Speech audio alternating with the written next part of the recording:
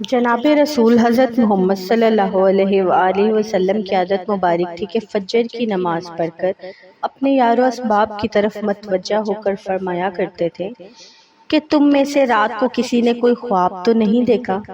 اگر کوئی دیکھتا تھا تو عرض کر دیا کرتا تھا، آپ کچھ تعبیر ارشاد فرما دیتے۔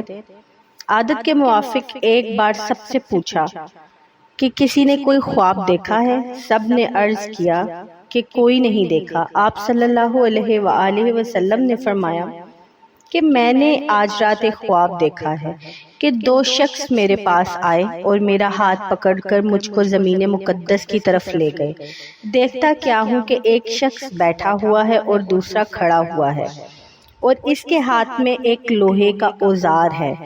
وہ اس بیٹھے ہوئے کے گال کو اس سے چیر رہا ہے یہاں تک کہ اس کی گردن تک پہنچ جاتا ہے، پھر دوسرے گال کے ساتھ بھی یہی معاملہ کرتا ہے اور پھر وہ گال اس کا درست ہو جاتا ہے، پھر اس کے ساتھ ایسا ہی کرتا ہے۔ میں نے پوچھا یہ کیا بات ہے؟ وہ دونوں شخص بولے آگے چلیں۔ ہم آگے چلے گئے اور یہاں تک کہ ایک ایسے شخص پر گزر ہوا جو لیٹا ہوا ہے اور ایک شخص اس کے سر پر ہاتھ میں ایک بڑا بھاری پتھر لیے کھڑا ہے۔ وہ اس سے اس کا سر نہایت زور سے پھوڑتا ہے۔ جب وہ پتھر اس کے سر پر دے مارتا ہے، پتھر لڑک کر دور جا گرتا ہے۔ جب وہ اس کو اٹھانے کے لیے جاتا ہے تو واپس آنے پر اس شخص کا سر ویسا ہی ہو جاتا ہے جیسا پہلے تھا، اچھا خاصا، اور پھر اس کو اسی طرح دوبارہ پھوڑتا ہے۔ میں نے پوچھا یہ کیا معاملہ ہے؟ وہ دونوں بولے آگے چلیں۔ ہم آگے چلے گئے یہاں تک کہ ہم ایک غار میں پہنچے جو غار نیچے سے فراخ تھی اور اوپر سے تنگ۔ اس میں آگ جل رہی تھی اور اس میں بہت سے ننگے مرد اور عورتیں بھری ہوئی تھیں۔ جس وقت وہ آگ اوپر کو اٹھتی ہے اس کے ساتھ سب اٹھتے ہیں، یہاں تک کہ قریب قریب نکلنے کے ہو جاتے ہیں۔ پھر جس وقت بیٹھتی ہے تو وہ سب اس آگ کے ساتھ نیچے چلے جاتے ہیں۔ میں نے پوچھا یہ کیا ہے؟ وہ دونوں بولے آگے چلیں۔ ہم آگے چلے گئے یہاں تک کہ ایک خون کی نہر پر پہنچے۔ اس کے بیچ میں ایک شخص کھڑا ہے اور دوسرا شخص نہر کے کنارے پر کھڑا ہے، اور اس شخص کے سامنے بہت سے پتھر پڑے ہیں۔ وہ نہر کے اندر والا شخص نہر کے کنارے کی طرف آتا ہے۔ جس وقت نکلنا چاہتا ہے کنارے والا شخص اس کے منہ پر ایک پتھر زور سے دے مارتا ہے کہ پھر وہ اپنی پہلی جگہ پر جا پہنچتا ہے۔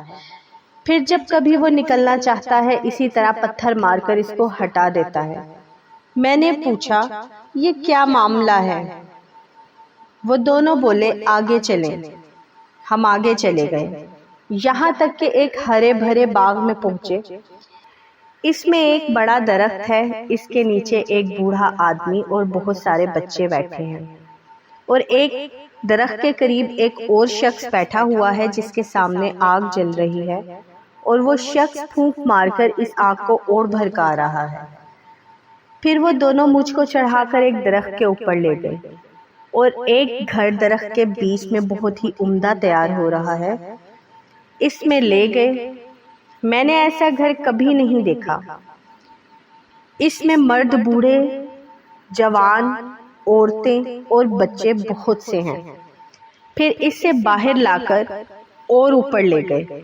وہاں ایک گھر پہلے گھر سے بھی زیادہ عمدہ تھا، اس میں لے گئے۔ اس میں بوڑھے اور جوان تھے۔ میں نے ان دونوں آدمیوں سے کہا کہ تم نے مجھ کو تمام رات پھرایا، اب مجھے بتاؤ یہ سب کیا معاملہ تھا؟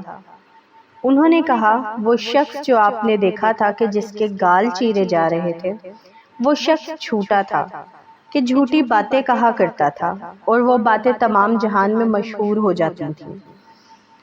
اس کے ساتھ قیامت تک یوں ہی معاملہ چلتا رہے گا۔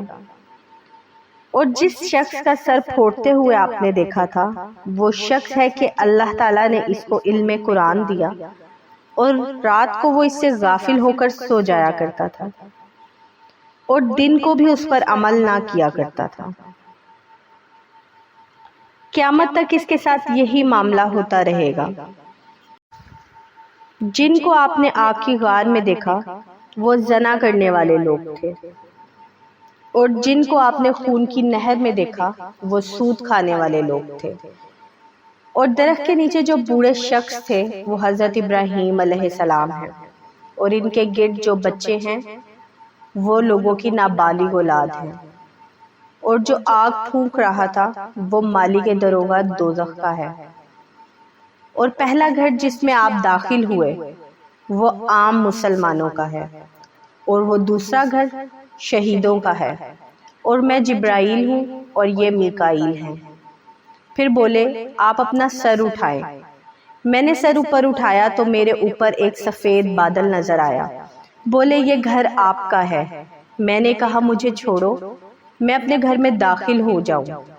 بولے ابھی آپ کی عمر باقی ہے، پوری نہیں ہوئی، اگر پوری ہو چکی ہوتی تو آپ ابھی چلے جاتے۔ سبق: جاننا چاہیے کہ خواب انبیاء کا وحی ہوتا ہے۔ یہ تمام واقعے سچے ہیں۔ اس حدیث سے کئی چیزوں کا حال معلوم ہوا۔ اول جھوٹ کا کہ کیسی سخت سزا ہے، دوسرا عالم بے علم کا، تیسرا زنا کا، چوتھا سود کا۔ اللہ تعالیٰ سب مسلمانوں کو ان کاموں سے محفوظ رکھے، آمین۔